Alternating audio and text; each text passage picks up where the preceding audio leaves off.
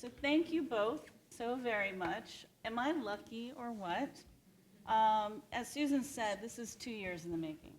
When trying to figure out what is a program about women, arts, and social change, you both were at the foremost of my mind of examples of really talking about these things and talking about this conversation and highlighting, putting a spotlight on women who in the arts and how they can be catalysts for change.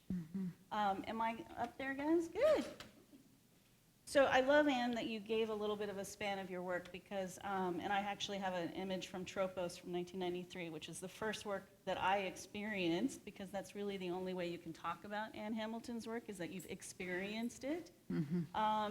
Because so much of your work is ephemeral, site-specific in nature, not a lot of people have actually seen. So I'm actually going to turn it back over to the audience again. How many of you actually seen or experienced an Anne Hamilton work of art?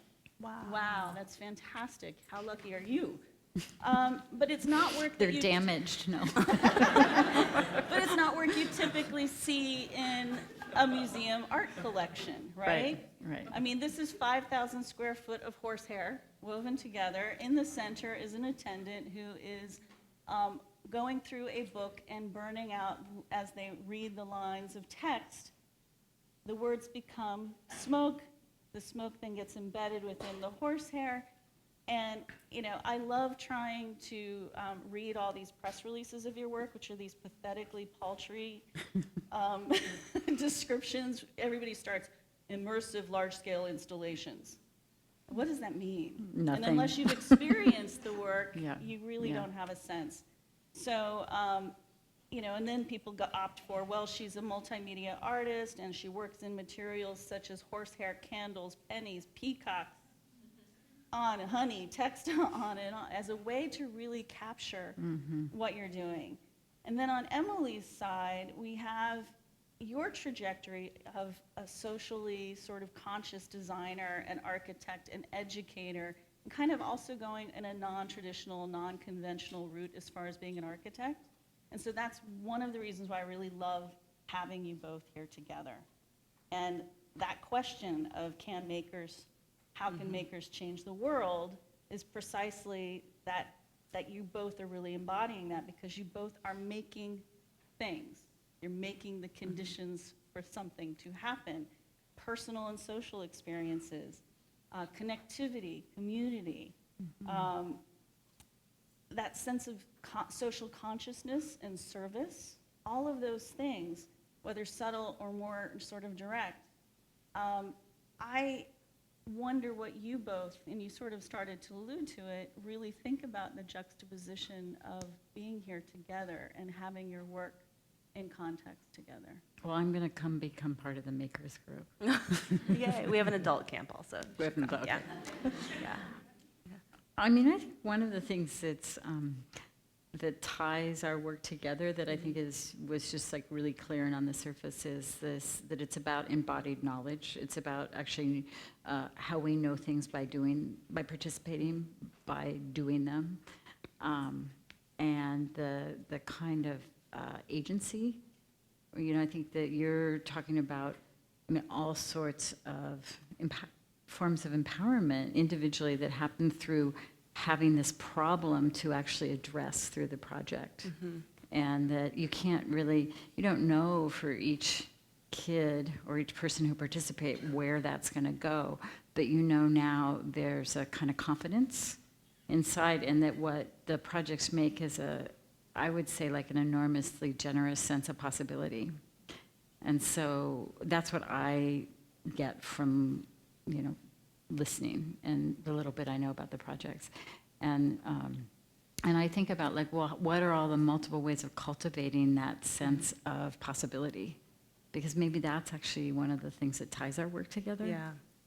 Yeah, I agree. I think about it, and that actually the artifact, the farmer's market, the horsehair, the this, the that, those things Don't matter. Yeah, and you know. Well, and the artifact is interesting because, Anne, you've mentioned that as sort of a relic or a thing that is left behind. Yeah, and yet, Yeah. you know, maybe the farmer's market may collapse in 50 years. The room is there for X amount of days, and yet there's still something left behind. I think that's similar. It's the human experience. It's the way someone comes into that space or has helped build that space, and then something in them shifts. And I think that's the thing that is much more permanent. And actually, at the end of the day, that's the real goal, more so than the thing. And that's actually the work. Yeah. The work is the reciprocal relations actually that are going on as the thing mates. And so the thing in the end is just kind of the excuse in some ways for this to happen, because without that, the focus of that,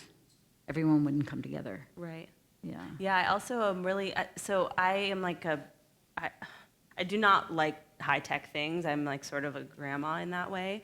And I think that's another thing that we're both drawn to materials and processes that feel very almost like ancestral, like they've been with us for so many years, and like sewing or cutting wood by hand, or that those Playing the things feel, saw. playing the saw.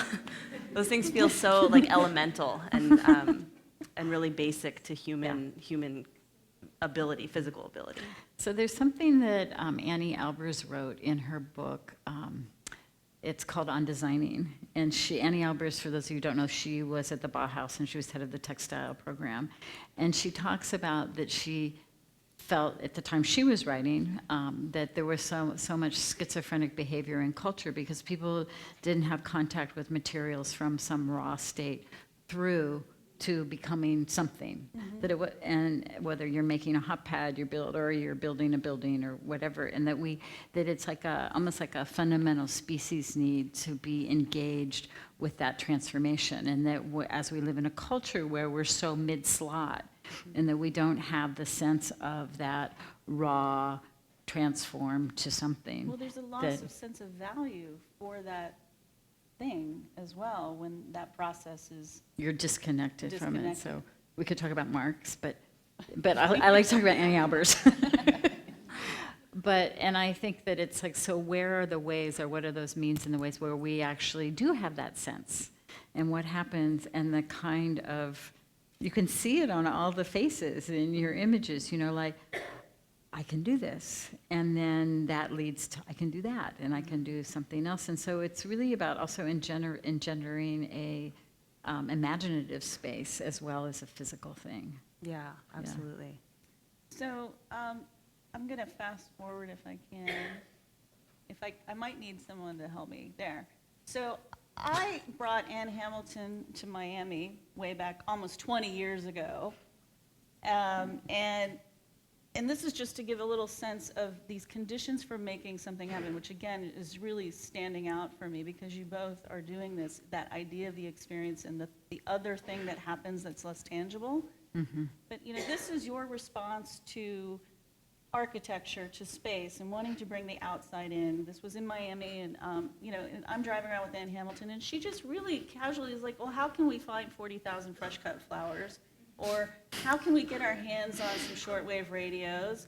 And you'll make that happen, right?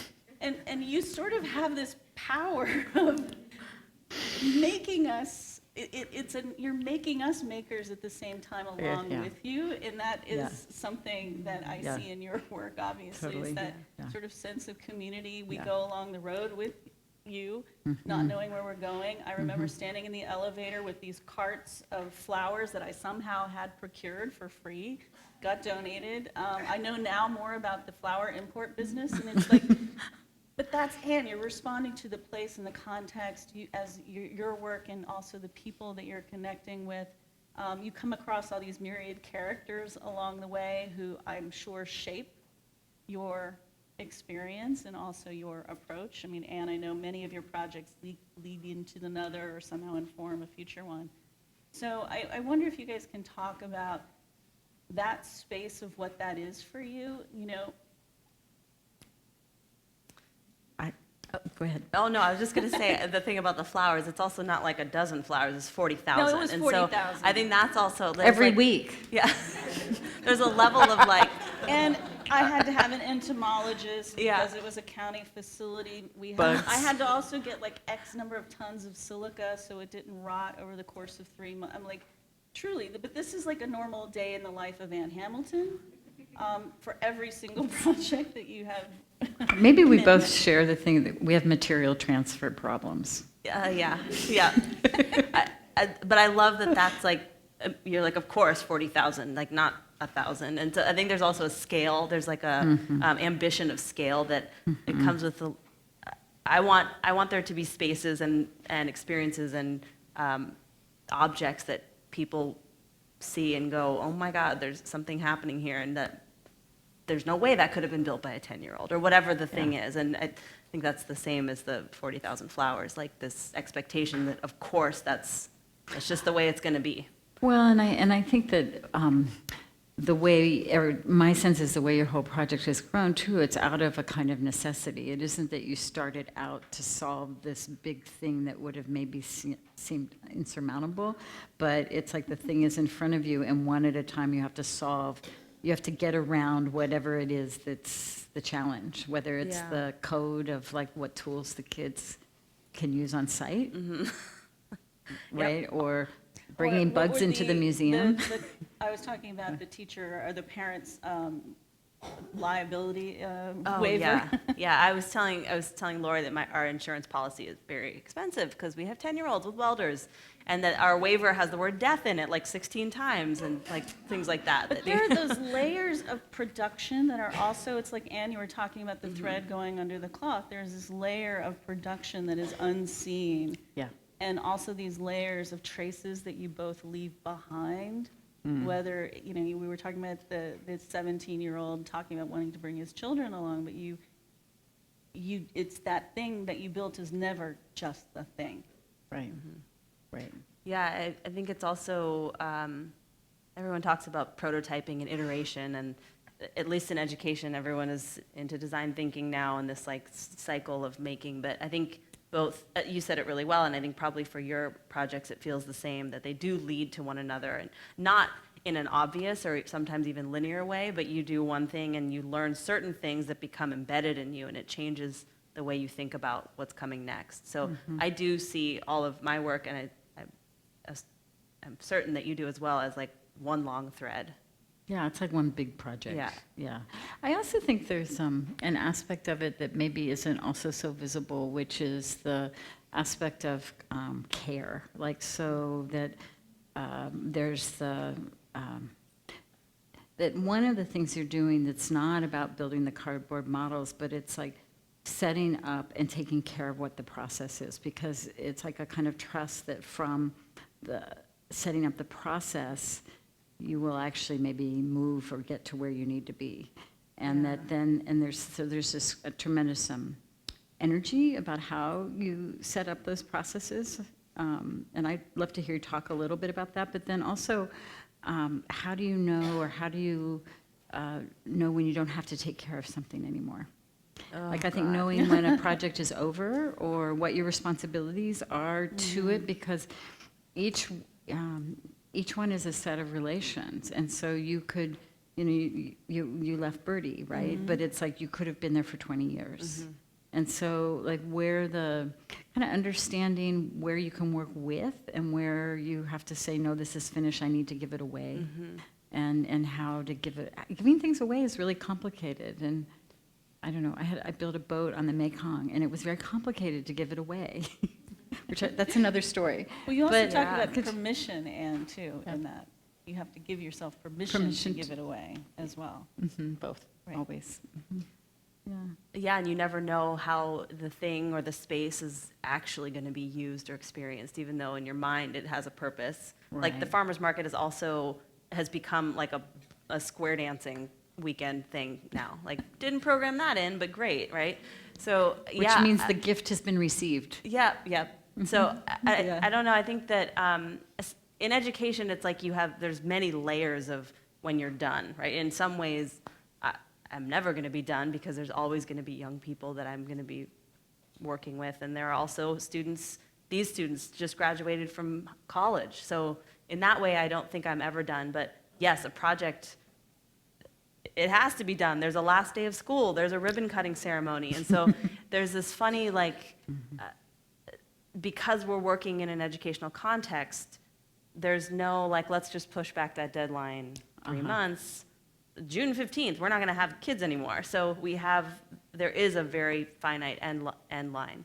But Are within are that, both projects in a school, like, is the girls' space in a school, that's a situated in a separate school? space. It's a, Yeah, that's after school and summer. Is that Okay. Girls Garage? Yes, that's these red pins that they're both wearing, or Girls Garage pins. Yeah, so, but I also think that my job is not to script every moment for a young person in their own making, but to set up like just enough of a scaffold where they can make choices for how to get from one point to the next. And this is like to your question about process. I could keep myself up all night debating whether something should be very, very rigid and like your experience is going to be this. You're going to weld a cube, period. Or if it's like on the other end, the scrap metal pile, do whatever you want. And I try to set up a process where they're right in the middle. So there's never a doubt about where they're going, but the way in which they get there is open. highly Is open to, yeah.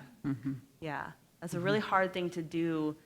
And then you have the other variables of students are so different. And Well, and I think that one of the things that's really important about that is that we do, and we live in an educational system that wants to know, like, the purpose of every exercise, right? Right. Like, what is There's the outcome a of this, and how deliverable do you and measure outcome. that? And so all of this, I think, is about also trying to make a space where you actually trust, not knowing where you're going, but you trust the process that it'll get you there, and that. And to how do we need to shift our institutions to actually also trust that kind of openness and trust a kind of associative thinking that is going to come and be measured in a different way. That, you know, we're very concerned with measuring the outcomes of things. some things that are not actually meant to be measured quantitatively, I think. And so how you get around that? How do you get around that? I say, here are photos, and you can call these students and ask them And you about wish their that experience. everyone was and- Dr. Zollinger. I mean, Yeah. that's sort of Yeah. amazing. I want to, Is he still there? He's not. He left. Oh, this is part of the drama of the documentary. boy. He was kicked out. what? 3 weeks before we started teaching. So anyway, this is a whole other story. Crazy politics, like Machiavellian politics that I've never since In a experienced. town of how many? But this in is Berkeley? Washington. 1,500. 1,500 Yeah. people. Oh, that's right. I forgot where I was. Yeah. And then he actually went to Houston, and then he passed away 2 years ago. So Oh, dear. that was like a very hard thing for me to process. But Did he get to see the film? I'm just curious. He did. It came out, and he refused to see it for 2 years because he was like, I just can't. And then he finally saw it, and like very shortly before his death, actually, and sent me a note, and it was In the film, he says something really poignant that like when he emailed me, he didn't know what to expect, and then it like goes to an image of this farmer's market, and so I mean, none of that's the other thing. Like, you have to have patrons, or like the person who's willing to give you permission to do like whatever that crazy thing is. Like, yeah, of course, go do it. So our work doesn't happen without those people also. So actually, I'm going to go, Emily, you have a book that came out before you even did the project in Bertie. It's out of print, sadly, called Design Revolution, 100 Products That Empower People. And I kind of want to start a little dovetail into how you got to, because in this sort of aspect of, and you really define yourself as a maker as opposed to an artist. And I think, Emily, you've probably been called an educator more than an architect at some points recently in your life, and what that sort of means in terms of the value of your work. I'm dropping all kinds of things. But also sort of how you got to that point in the end. I'm seeing a little, like, you know, you were at the Venice Biennale and had a work that was based on, you know, the texts that you use have a political slant in ways. So this idea of the political within your work and your consciousness of that. You know, in design school, I think that let me say this in a different way. I think that artists, from the minute they step into art school, and probably long before, there's the expectation and permission that you're going to start with something personal, like this is who I am, this is where I grew up, this is what I believe, and this is what I make. And weirdly, I always felt that way about design. Like, I want to make things that feel highly personal, not just because some client hired me to make something and I have to make it look pretty. And so I guess even though architecture and design is like kind of slyly political, but it's not about politics. I think art is. And so I've actually in the past couple of years, but especially with the work with the girls, made a very conscious effort to not be afraid of being overtly political, even with 10-year-olds. I'm not talking about partisan politics. I'm talking about I really wish I could the get like this to work. personal. Because I have your great fear less, build more. I Oh. love that. Maybe you guys can help me out with forwarding the slides a little bit. I can hold it up. Because it's a great. Is this? No, I'm going to No, get to this the is the fear other less, thing. build Okay. more. Oh, that's the, yeah. Next one. There you go. I love that. Yeah, so I guess I think about it being political in the personal, like what kind of human do I want to be, politics, and how does making get me to that person? Have you gotten any pushback on this? I'm just Oh curious. yeah, of course. I get the question all the time, how come there isn't a boys' garage? And I was like, that's because every 'Cause they garage all in are. America is boys' garage. And, so there absolutely, and I have to be careful about the vocabulary I use around it. But I don't feel like I need to justify it either. We are what we are. And there's a long history of specific communities making those spaces for themselves, so, yeah. I also think it's that we give our power away in all sorts of ways that we don't even realize.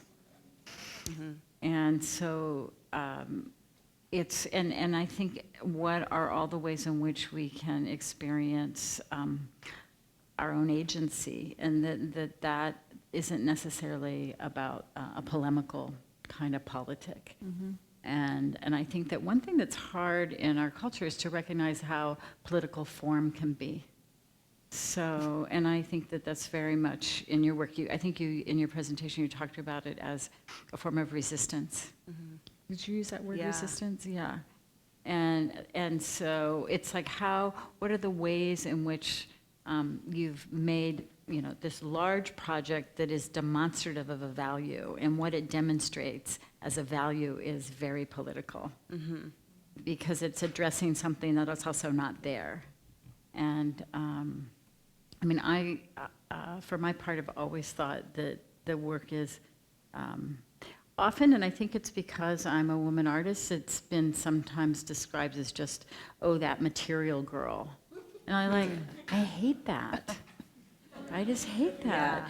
Because, Honey, pennies, denim. yeah. And that. Like the that is excessive material frustrating, girl. yes. And I think the way it's about the relationships, and that I think there's a politic and a poetic in it, that it needs a vocabulary. And so I think it's also one reason that I'm very increasingly doing a lot of writing and working with writers and doing pieces that are actually about having voice. There's the voice that's here, and then there's the voice that's here, and that all of those need to be cultivated. Yeah. But there's so much embedded in that particular material that's in that particular place in that particular moment in time. Yeah. And when your environments, your ephemeral, transitory, site-specific installations are responding to a context, you talk about economies, labor economies very often, which again reminds me about sort of how you've always brought to the forefront of value for making. I think about the very As first a value in and Spoleto. of itself. Exactly. Yeah. So I think that's, interesting, because then you're then empowering young people to go back to that labor economy in some ways, to reclaim that, not an economy per se, but to reclaim just even that ability to have that skill. I think maybe, Lori, a way to say that is that it's about thinking, really, and that we are bodies, and as long as we're bodies, we need to move, and we learn by moving and doing things. And so it's not necessarily about the labor, but it's actually about thinking, and that. Well, it's back to giving yourself permission to do that in a world where we're becoming more virtual, less face-to-face, less hands-on. Yeah, and so if you know how to build something, or you learn how to use these tools, or whatever that extension is, then that's in you, and nobody can take it away And from that's you. the agency. Yeah. Yeah, and I think that it's also, I think there's a thing too, is that when, maybe this is the grandmother part, the knitting and the reading or something, but I think when we're doing something with our hands, for many of us kind of kinesthetic learners, it's like that's when we're thinking, and that you need both. Like they've even done all these studies, about handwriting and like there's Versus lots of typing, controversies, yeah, like yeah. that because there's 3 different things going on when you're writing, that it's embedded in you or embodied in you in a different way, that knowledge. And so I think it's that that kind of learning by doing is really being hugely shifted by technology. And so I think you can make on a screen in all sorts of ways, and I think that that's not my first hand, but it is of the generation that's coming up. But so where's the place of And they're embodied calling knowledge themselves within makers that? as well. They are. It's the maker movement, the maker fair we have here in DC. So it's Yeah. that kind of tension there was very interesting to me too. And I very pointedly decided not to bring someone from the technology aspect into this conversation. It's funny, I was, I don't know these gender things, but I was in a conversation at a conference on the East Coast a couple of weeks ago, and it was really strange because the first panel was all women, and they're talking about relations in space and time and embodied knowledge. And then the panel in the afternoon were all men involved with technology, and it was all video games. And it was just like, this is almost like too. Yeah. It was actually very odd, because I don't think either of us fall in, to those narrow Right. definitions at all. But Go ahead. did you find No, it? I forgot to read this when I was up there, but I think what you're saying about mind and hand is like really at the heart of why we are both so drawn to making. And there's this very obscure text by this guy named Charles Ham.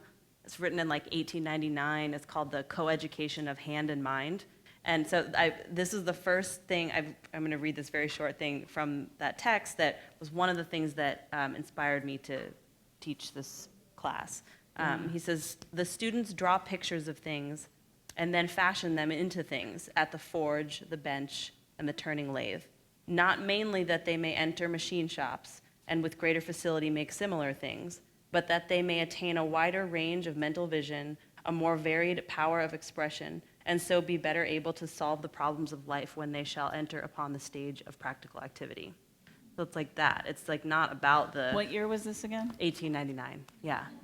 It's just Well, not and that's new, why, but- kids in kindergarten are learning how to code now, because that's their lathe, right? Also, and that there's incredible things going on in terms of integrating technology Yeah. at a very young level. How do you think about that, though? Because I associate your work with being like this full body, very visceral experience, and something about that feels like contrary to the feelings I have around certain types of technology. So do you feel like an anti-tech or like selectively tech, or how do you think about that?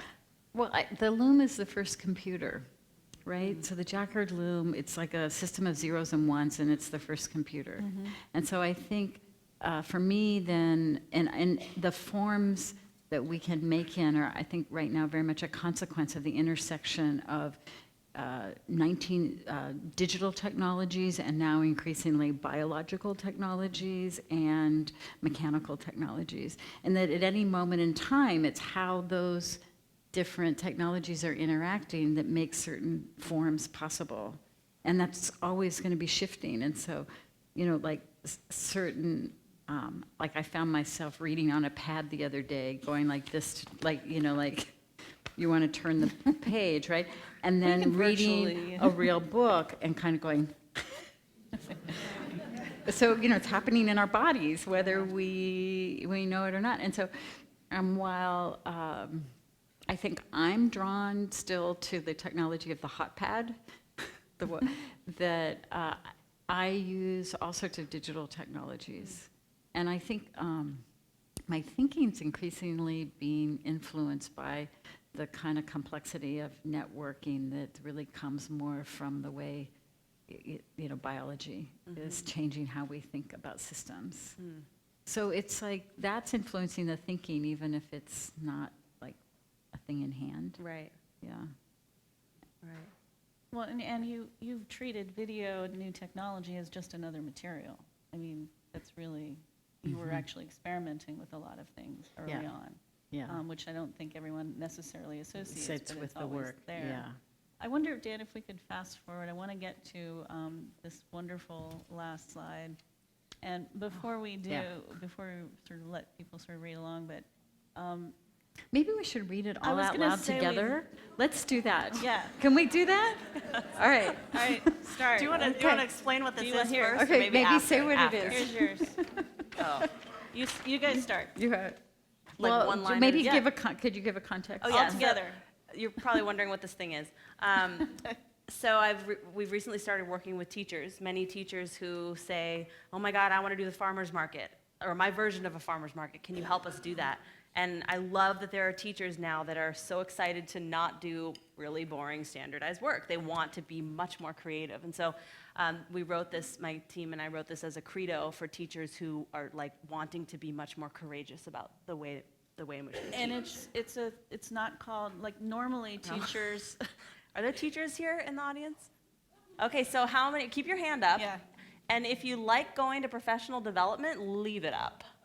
Okay, yeah, Everybody I- up one. Okay. yeah. I have an idea how what's we it- should read this. So what's it called, though? Oh, so the teacher training program is called unprofessional development. Like, come and do all the things you don't get to do in regular PD, which mostly sucks and everyone hates it, so. Okay, now we can read. Okay, so here's the idea. I think that the three of us are going to read in unison all of the words between we. And when we get to we, Anne is you're all going to always say we. Orchestrated. Oh, Okay? What? Okay. Got it? that's so good. Okay. What are we doing again? would never Okay, have so thought to do that. we're going to read all of it. Okay. And when we get to the word we, everybody's going to say that. Oh, good. Okay. You're all saying we. Got it? All right. Okay. We are the troublemakers. We ask those stupid questions.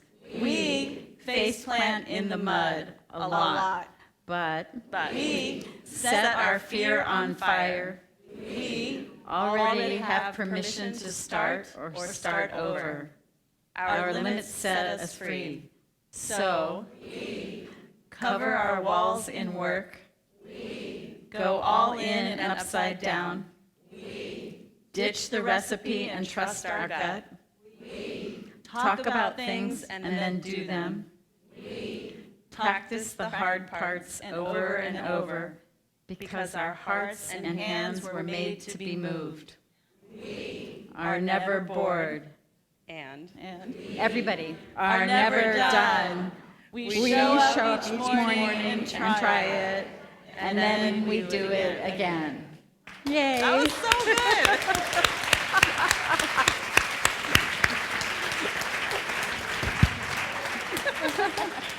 I think that's a good next.